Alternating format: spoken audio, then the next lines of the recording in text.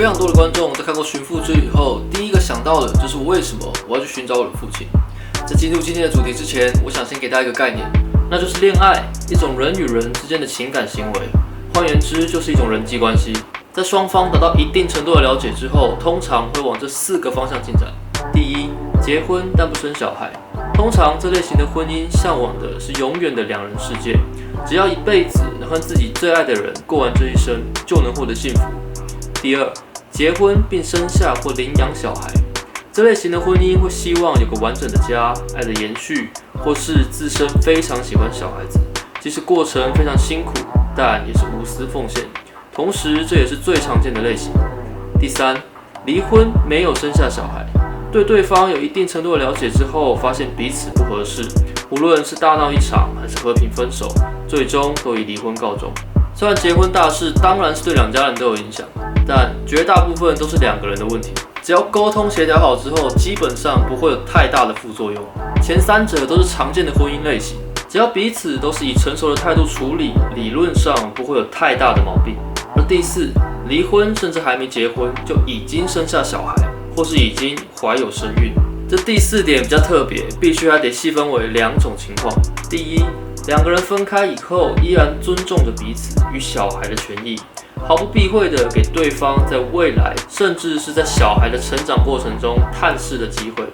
第二，无论基于什么原因，拥有监护权的一方不愿意让对方见自己的孩子，甚至对方也没有要负责任的意思。这边绝对不是要重女轻男，但绝大数据显示，不负责任的一方的确就以男性为主。当然，也有非常多对方即使想负责，但是监护方不希望再联络的例子。而这也就是为什么我今天要拍这部影片的主因。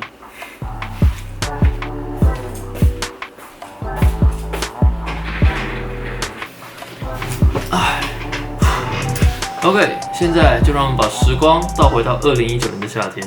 当时《寻父之旅》的系列上映之后，来自4面8方的评论涌进了我的粉丝专页。先不论那些喜欢我的创作，并因为我而找到亲人的感谢与支持之外，剩下大部分的留言几乎都环绕在一个重点，那就是为什么我非要见到我父亲一面不可呢？而提问的观众也几乎都是离婚或是再婚的父母及其现在的伴侣。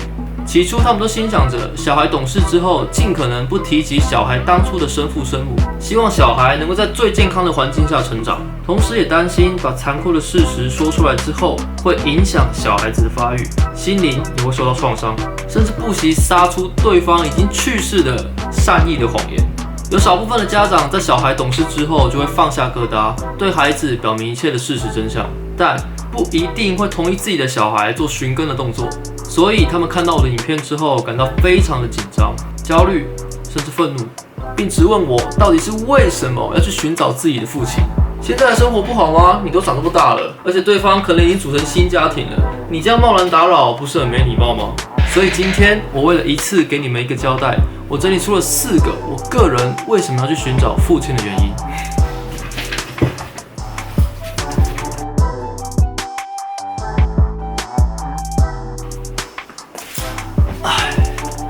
绝大部分的历史都是由胜利者撰写出来的，有时会让人觉得牵强的剧情就不一定完全正确，所以我们有时候也要常常看一些野史，把这些故事拼凑起来，或许才是事实真相。我不会照一个人单方面的说辞来认识另外一个人，不管那个人是我的同学、同事，还是公众人物，甚至是素未谋面的老爸。父母分开后，拥有监护权的一方一定都会对自己的小孩或多或少说些对自己有利的证词，而对方总是一堆缺点。因为这就是人性。果不其然，我在找到我爸之后听到的跟我妈说的版本完全不一样。谁在说谎，谁没说谎，把2个人的说法统整在一起之后，我心中就有个底了。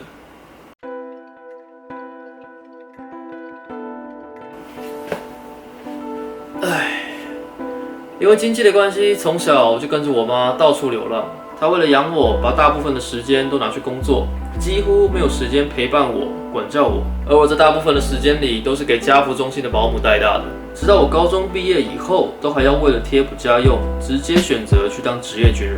在我找到我爸之后，过去的2天，我一直都很希望他能主动跟我说一声对不起，但却完全没有等到。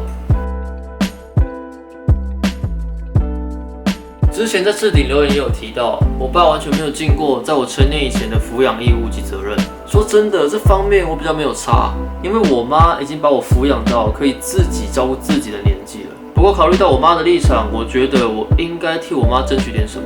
但很明显，我爸似乎是没有那个意思，就好像一切都没有发生过一样。所以我就只好努力让自己变得更好了。从小到大，我都时不时想着我爸到底长什么样子，是个什么样的人。或许你们认为把小孩当作温室里的花朵，隐藏外界的真相是对孩子好，但其实这样只会让小孩的性格扭曲，并对你感到不信任，从而更加伤害心灵甚至亲子关系。你可以让小孩的成长过程中没有那位不负责任的父母，但你不能抹灭这个人存在的事实。发生过就是发生过。对我来讲，向小孩说所谓善意的谎言，只不过是自以为是的自私及逃避心理罢了。面对自己的恐惧以及事实真相，你我才会活得更完整。最后，不要把单亲家庭这件事情合理化。小孩不是生完然后分手就完事了，也无需担心且不用阻止小孩寻根的动作，因为他们有权利知道自己的身世。即便去找了会产生各种问题，但那也是你们父母早在一开始就该面对的事情，而不是到现在才在担心。没有人可以掩埋你们犯的错，这是你们当初在访视前就该认知的轻重。是谁让我们在没有基本经援与教育的环境下成长？你们。是谁让我们从小就失去一半的关爱？也是你们。所以，而后小孩若想寻找自己的父母亲，你们身为监护方该做的就是面对一切，而不是逃避。因为这是你们一开始就注定要接受的结果。自己犯的错，面对之后才能豁然开朗，往后也不必为了这种事情而烦心。若觉得承受这些压力使你感到痛苦，那就意味着你正在为自己犯的错找不到解决方法而焦虑。